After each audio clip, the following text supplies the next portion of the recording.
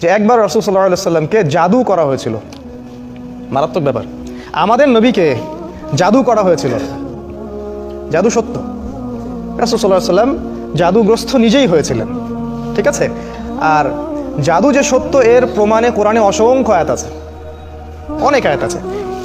ওই মুসা আলাইহিস সালামের রাগ থেকে শুরু করে কিয়ামতের রাগ পর্যন্ত জাদু থাকবে, এর অস্তিত্ব আছে। সমস্যা হচ্ছে এগুলো প্র্যাকটিস করা আমাদের জন্য হারাম। কেউ যদি জাদু প্র্যাকটিস করে, ইসলামের শরীয়ত অনুযায়ী তার শাস্তি কি জানেন? তাকে হত্যা করতে হবে, এটা তার শাস্তি। ইসলামিক স্টেটের যিনি প্রেসিডেন্ট থাকবেন তার আদেশে সেটা হবে। যেমন আমাদের মৃত্যুদণ্ড, ঠিক ওই রকম জাদুর শাস্তি মৃত্যুদণ্ড। যাই হোক, আমাদের নবীকে জাদু করা হয়েছিল, করেছিল এক ইহুদি মহিলা। ইহুদি মহিলা, তার মানে ইহুদিরা জাদুতে পাণ্ডিত্য রাখে। আজকের দিন পর্যন্ত ইহুদিরা জাদু প্র্যাকটিস করে, আজকের দিন পর্যন্ত। এবং তারা সায়েন্স বলে যত কিছু প্রচার করছে সব কিছু সায়েন্স নয়, এর পিছনে আছে সেহের বা জাদু। ইভেন আপনি টেলিভিশন সেটের মধ্যে যা যা দেখছেন তার পিছনেও আছে সেহের বা জাদু। আমাদের মা বোনদেরকে ঘন্টার পর ঘন্টা ধরে রাখছে টেলিভিশন, আইসোলেশন, হিপনোটাইজ করে ফেলছে, নেশা হয়ে গেছে। অনেক রকম জাদু আছে, আমি জাদু নিয়ে 5টা খুতবা দিতে পারবো ইনশাআল্লাহ, কারণ আমার স্টাডিজ ওই বেসটাই জাদু, সেহের। এটার উপর ডক্টরেটও করা যায়, অনেক স্কলার এটার উপর ডক্টরেট করেছেন। আমি যেটা বলছিলাম যে রাসূল সাল্লাল্লাহু আলাইহি ওয়াসাল্লামকে জাদুগ্রস্ত করা হয়েছিল, একজন ইহুদি মহিলা জাদু করেছিল তার মাথার চুল দিয়ে। তার চিরুনি থেকে মাথার চুল কোনোভাবে সে চুরি করেছিল বা কোনোভাবে ম্যানেজ করেছিল, করে সেখানে সে কুফুরি কালাম এবং মন্ত্রতন্ত্র পড়ে ফু দিয়েছিল। ফু দিয়ে সেখানে 11টা গিট দিয়েছিল, 11টা গিট দিয়েছিল। খেয়াল করে দেখবেন সূরা ফালাক আর নাসের মধ্যে 11টা আয়াত আছে, দুইটা মিলে 11টা আয়াত আছে। আচ্ছা, এই যে জাদুটাকে করা হলো, ইহুদি মহিলা জাদু করলো। আর এটা বলে রাখি যে তাকে সারা জীবন ইহুদিরা কষ্ট দিয়েছে, আর আজ পর্যন্ত আমাদের সবচেয়ে বড় শত্রু ইহুদিরাই। আল্লাহ পাক কোরআনে সেটা বলেছেন যে সূরা মাইদা পড়ে দেখবেন, তোমাদের সবচেয়ে বেশি শত্রুতা রাখে তোমাদের সাথে ইহুদি জাতি এবং মুশরিকরা, যারা একে অপরের বন্ধু। যদি আপনি কোরআন পড়েন তাহলে আপনার কাছে জগৎ স্পষ্ট হয়ে যাবে কেন নেতানিয়াহু মোদিকে ডাকে, তখন আপনি বুঝতে পারবেন। যদি কোরআন আপনার ভিতরে না থাকে আপনি জগৎকে ডিল করতে পারবেন না। তো এই যে 11টা গিট দেওয়া হলো, এতে করে রাসূল সাল্লাল্লাহু আলাইহি ওয়াসাল্লাম অসুস্থ হয়ে যান। যখন জাদু করা হয় কারো প্রতি, সে অসুস্থ হয়ে যাবে।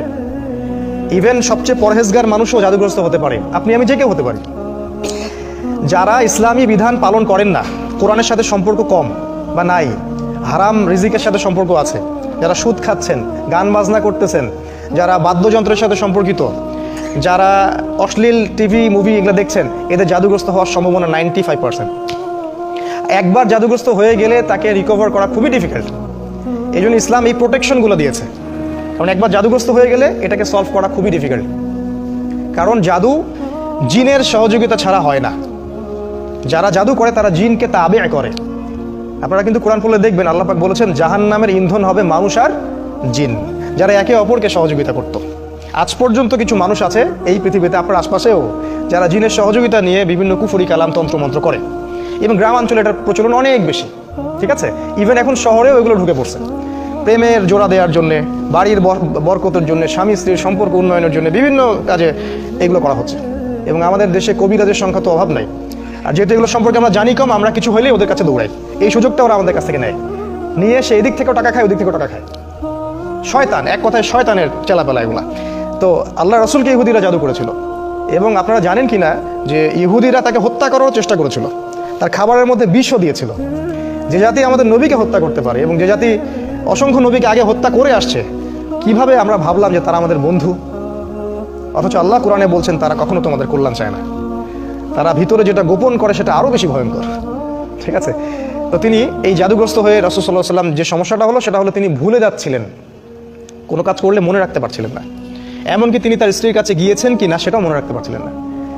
তো জাদুগ্রস্ত হলে খুব খারাপ অবস্থা হয়। এই জন্য আমার রিকোয়েস্ট থাকবে যে আপনারা অনতিবিলম্বে কোরআন, সুন্নাহ, সহিহ, জিকির, আজগার, দোয়া, কালাম এগুলো শিখে নেবেন এবং সকাল সন্ধ্যা এগুলো প্র্যাকটিস করবেন। তখন ইনশাআল্লাহ কোনো জিন বা কোনো জাদুকর আপনার কোনো ক্ষতি করতে পারবে না। তো এই যে সমস্যাটা রাসূল সাল্লাল্লাহু আলাইহি ওয়াসাল্লামের হলো, এরপরে একদিন তিনি শুয়ে আছেন আর আল্লাহর পক্ষ থেকে 2জন ফেরেশতা তার কাছে আসলেন। এসে তারা একে অপরের সাথে কথোপকথন করছেন, আর এই কথোপকথনটা রাসূলকে জানিয়ে দেওয়া হচ্ছে। একজন ফেরেশতা আরেকজন ফেরেশতাকে বলছেন এই ব্যক্তির কি হয়েছে। ওই ফেরেশতা জবাব দিচ্ছেন যে তাকে জাদু করা হয়েছে। আবার ইনি বলছেন কে জাদু করেছে, মানে কথোপকথনের মাধ্যমে তাকে মেসেজ দেওয়া হচ্ছে। উনি বলছেন যে অমুক মহিলা জাদু করেছে। তিনি বলছেন জাদু কি দিয়ে করা হয়েছে? উনি বলছেন জাদু চুল দিয়ে করা হয়েছে। ইনি বলছেন জাদু উপকরণ কোথায় আছে? উনি বলছেন জাদুর উপকরণ অমুক কুয়ার নিচে আছে, অমুক কুয়ার নিচে আছে। এবার তিনি মেসেজ পাইলেন যে জাদুর উপকরণ আসলে কোথায় আছে। এই মেসেজ তো আর আমরা পাবো না কেউ জাদুগ্রস্ত হয়ে গেলে, তখন জিনকে সামনে হাজির করায় কথা বলতে হয়, তারপরে সে উপকরণ বলে দেয়। এই ট্রিটমেন্টটা খুবই ভয়ঙ্কর, আপনারা যদি দেখে থাকেন তাহলে দেখবেন ভয় পেয়ে যাবেন। যাই হোক, তো রাসূল সাল্লাল্লাহু আলাইহি ওয়াসাল্লামকে মেসেজ দেওয়া হলো যে জাদুর উপকরণ ওই কূপের নিচে আছে। তিনি সকালবেলা উঠলেন এবং উঠে আলী রাদিয়াল্লাহু আনহুকে বললেন, আলী রাদিয়াল্লাহু আনহু, যে আলী, ওই কূপের নিচে জাদুর উপকরণ আছে, ওকে ধ্বংস করে আসুন। এই একমাত্র সাহাবী যার জীবনী পড়লে আমাদের ঈর্ষা হয়। শুরু থেকে যখন তার বয়স 6-7 তখন থেকে ইসলামের পাশে তিনি দাঁড়িয়ে আছেন। আর এই সাহাবীকেও মানুষ হত্যা করেছে, আলী রাদিয়াল্লাহু আনহুকেও মানুষ হত্যা করেছে, এবং যে হত্যা করেছে সে বলেছিল যে আল্লাহর শুকরিয়া যে আল্লাহ আমার হাতে সবচেয়ে নিকৃষ্ট মানুষকে হত্যা করালেন। তাহলে এই যে আমরা একটা সমাজে কথা শুনি না যে লোকটা দোষ না করলে কি আর এমনি জেলে আছে, ঠিক না কথাটা। ভালো মানুষকেই এইভাবে মরতে হয়েছে, শুধু তাকে নয়, উসমান রাদিয়াল্লাহু আনহুকে শাহাদাত বরণ করতে হয়েছে, ইভেন আমাদের রাসূলকে বিষ প্রয়োগ করা হয়েছে, অনেক নবীকে হত্যা করা হয়েছে। যাই হোক, তার জীবনীটা পড়লে দেখবেন যে তিনি শুরু থেকে ইসলামের পাশে একদম পাথরের মতো, পাহাড়ের মতো।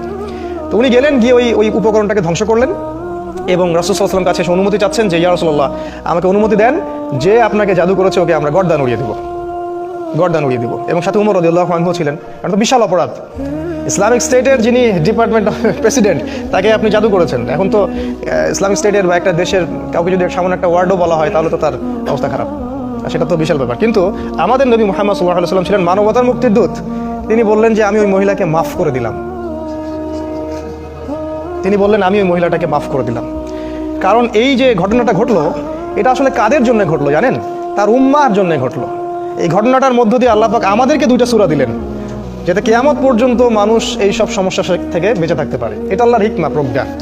আল্লাহ পাক ইউসুফ আলাইহিস সালামকে জেল খাটাইছেন, খাটান নাই? ইউসুফ আলাইহিস সালামের ওই জেলে যাওয়ার বদৌলতে লক্ষ লক্ষ মানুষ দুর্ভিক্ষ থেকে বেঁচে গেছে, বেঁচে যায় নাই? এই হলো আল্লাহর হিকমা। মাঝে মাঝে যে বিপদগুলো আমাদের হয়, এর পিছনে কোনো না কোনো কল্যাণ, খায়ের থাকে, যেটা আমরা বুঝতে পারি না। রাসূল সাল্লাল্লাহু আলাইহি ওয়াসাল্লাম তাকে মাফ করে দিলেন, এবং তখন সূরা ফালাক এবং নাস নাজিল হলো একসাথে নাজিল হলো, এবং তিনি তিলাওয়াত করছিলেন একটা একটা করে আয়াত, আর ওই একটা একটা করে গিট খুলে যাচ্ছিল। ঠিক আছে, এই হলো এর শানে নজুল বা নাজিলের প্রেক্ষাপট। এবার আসেন এর ফজিলত 2টা বলি।